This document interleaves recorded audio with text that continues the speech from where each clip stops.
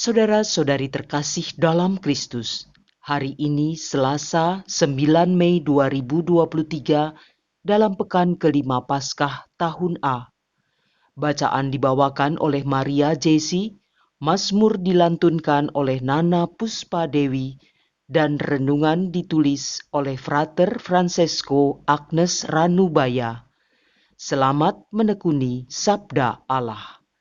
Marilah mewujudkan kebaikan bersama untuk hidup dalam damai dan sejahtera.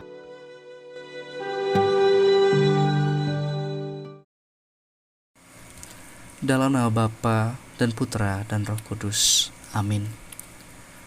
Allah Tritunggal Maha Kudus, kami mengucap syukur atas berkat yang boleh kami rasakan, terutama nafas kehidupan, damai sejahtera, dan segala kebaikan-kebaikan yang berasal daripadamu. Saat ini kami akan merenungkan sabdamu. Kiranya Engkau membuka hati kami, agar kami mampu meresapkan segala sabdamu yang akan kami renungkan pada saat ini. Semoga hati yang membatu Engkau ganti dengan hati yang baru, sehingga kami boleh menyadari setiap belas kasih-Mu atas hidup kami. Semua ini kami panjatkan ke hadirat-Mu dengan perantaraan Kristus Tuhan kami. Amin.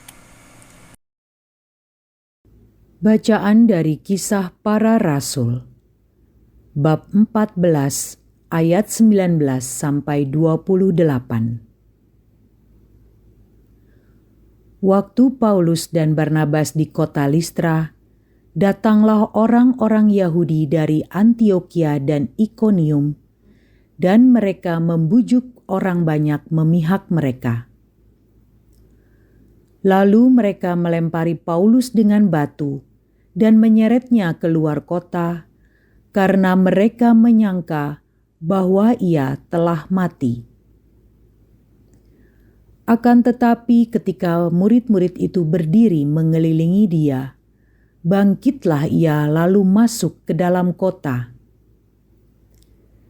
Keesokan harinya, berangkatlah ia bersama-sama dengan Barnabas ke Derbe.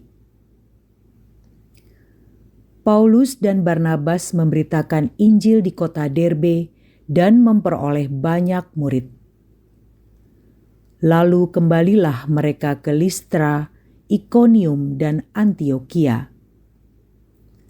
Di tempat itu, mereka menguatkan hati murid-murid dan menasihati mereka supaya mereka bertekun di dalam iman. Mereka pun mengatakan bahwa untuk masuk ke dalam kerajaan Allah, kita harus mengalami banyak sengsara. Di tiap-tiap jemaat, rasul-rasul itu menetapkan penatua-penatua bagi jemaat setempat, dan setelah berdoa dan berpuasa, mereka menyerahkan penatua-penatua itu kepada Tuhan yang adalah sumber kepercayaan mereka. Paulus dan Barnabas menjelajah seluruh Pisidia dan tiba di Pamfilia. Di situ mereka memberitakan firman di Perga, lalu pergi ke Atalia di pantai. Dari situ, berlayarlah mereka ke Antiokhia. Di tempat itulah mereka dahulu diserahkan kepada kasih karunia Allah untuk memulai pekerjaan yang telah mereka selesaikan. Setibanya di situ, mereka memanggil jemaat berkumpul, lalu mereka menceritakan segala sesuatu yang dilakukan Allah dengan perantaraan mereka, dan bahwa Ia telah membuka pintu bagi bangsa-bangsa lain kepada iman. Di situ, mereka lama tinggal bersama-sama dengan murid-murid. Demikianlah sabda Tuhan.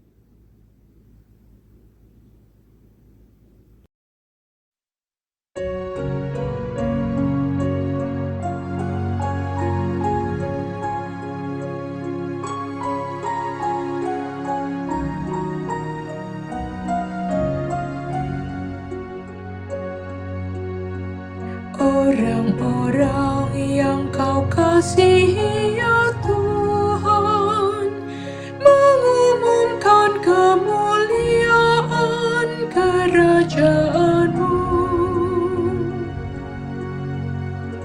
Segala yang Kau jadikan akan bersyukur kepadamu ya Tuhan, dan orang-orang yang Kau kasihi akan memuji Engkau. Mereka akan mengumumkan kemuliaan kerajaan-Mu dan akan membicarakan keperkasaan-Mu. Orang-orang yang Kau kasihi ya Tuhan, mengumumkan kemuliaan kerajaan-Mu. Mereka memberitahukan keperkasaan-Mu kepada anak-anak manusia dan memaklumkan kerajaan-Mu yang semarak mulia. Kerajaan-Mu ialah kerajaan abadi. Pemerintahan-Mu lestari melalui segala keturunan. Orang-orang yang Kau kasihi ya Tuhan, mengumumkan kemuliaan kerajaan-Mu. Mulutku mengucapkan puji-pujian kepada Tuhan, dan biarlah segala makhluk memuji nama-Nya yang kudus, untuk seterusnya dan selamanya. Orang-orang yang Kau kasihi ya Tuhan, mengumumkan kemuliaan kerajaan-Mu.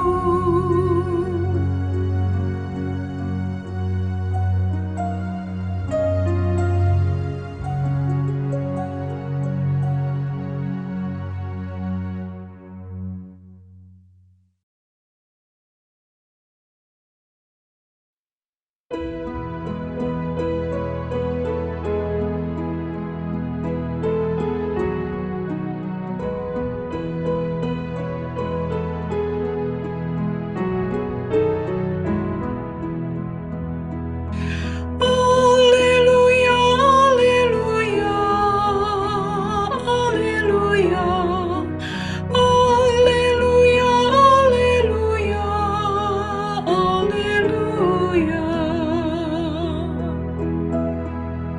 Mesias harus menderita dan bangkit dari antara orang mati untuk masuk ke dalam kemuliaan-Nya.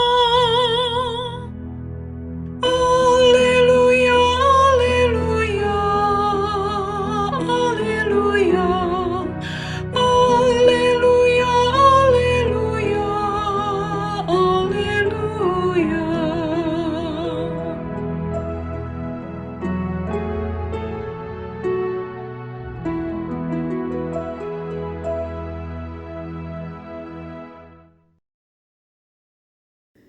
Inilah Injil suci menurut Yohanes, bab 14 ayat 27 sampai 31a. Dalam amanat perpisahannya, Yesus berkata kepada murid-murid-Nya, "Damai sejahtera kutinggalkan bagimu. Damai sejahteraku kuberikan kepadamu, dan apa yang kuberikan tidak seperti yang diberikan oleh dunia kepadamu. Janganlah gelisah dan gentar hatimu. Kamu telah mendengar bahwa aku telah berkata kepadamu, aku pergi, tetapi aku datang kembali kepadamu. Sekiranya kamu mengasihi aku, kamu tentu akan bersukacita karena aku pergi kepada Bapa-Ku, sebab Bapa lebih besar daripada aku. Sekarang juga aku mengatakannya kepadamu sebelum hal itu terjadi, supaya apabila hal itu terjadi, kamu percaya. Tidak banyak lagi aku berkata-kata dengan kamu, sebab penguasa dunia ini datang, namun ia tidak berkuasa sedikit pun atas diriku. Tetapi dunia harus tahu bahwa aku mengasihi Bapa dan bahwa aku melakukan segala sesuatu seperti yang diperintahkan Bapa kepadaku. Demikianlah sabda Tuhan.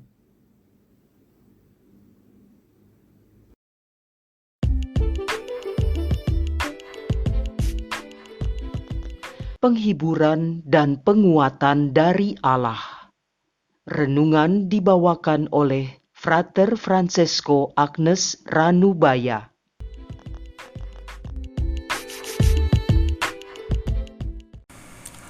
Saudara-saudari terkasih dalam Kristus, hari ini kita berada dalam oktav Paskah yang kelima.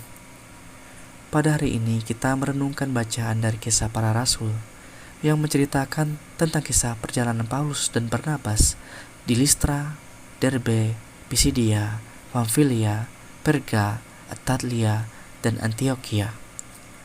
Sungguh jauh memang perjalanan mereka, tetapi karena kasih karunia Allah, mereka dimampukan untuk mewartakan Injil ke segala tempat meskipun tertatih-tatih.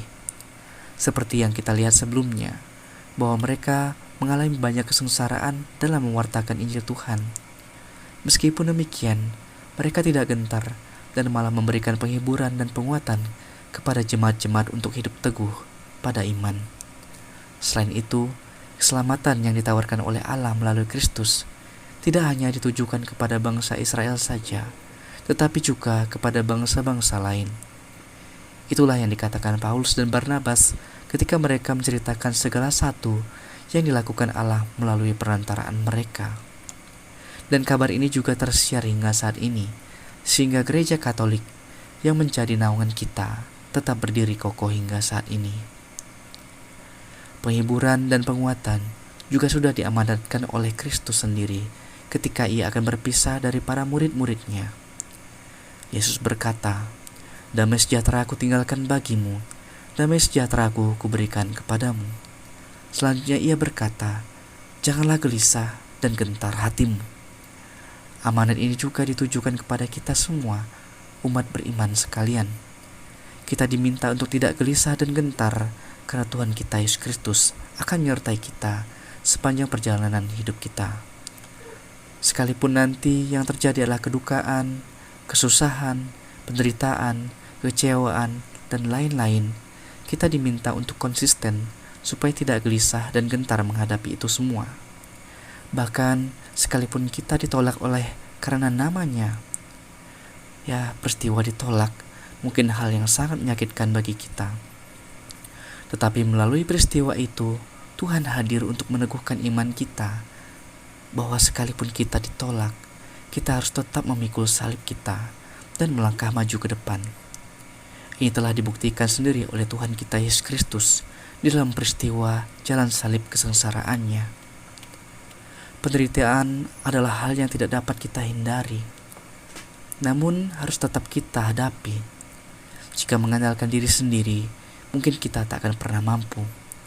Maka dari itu, andalkanlah Tuhan dalam segala sesuatu. Maka beban kita pun akan ditanggungnya bersama, dan kita pun melangkah pula bersama-sama Kristus. Mari kita mencoba merenungkan bagaimanakah kita menghayati segala persoalan hidup kita, baik itu penolakan, penderitaan, kesedihan, kedukaan dengan mengandalkan diri sendiri?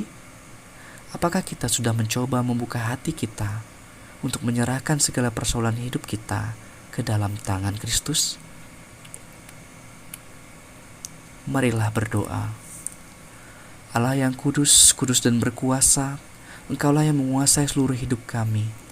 Pandanglah kami ya Tuhan, agar kami mampu melihat segala hal melalui kacamata iman, bukan dari mata kami yang penuh keterbatasan ini. Bimbinglah kami ya Tuhan, agar kami dapat menghayati segala bentuk hal buruk yang kami alami, sehingga kami dapat menjumpai Engkau di tengah-tengah penderitaan kami. Segala permohonan ini kami serahkan ke dalam tangan-Mu, melalui perantaraan Kristus, Tuhan dan Juru Selamat kami. Amin. Dalam nama Bapa dan Putera dan Roh Kudus. Amin.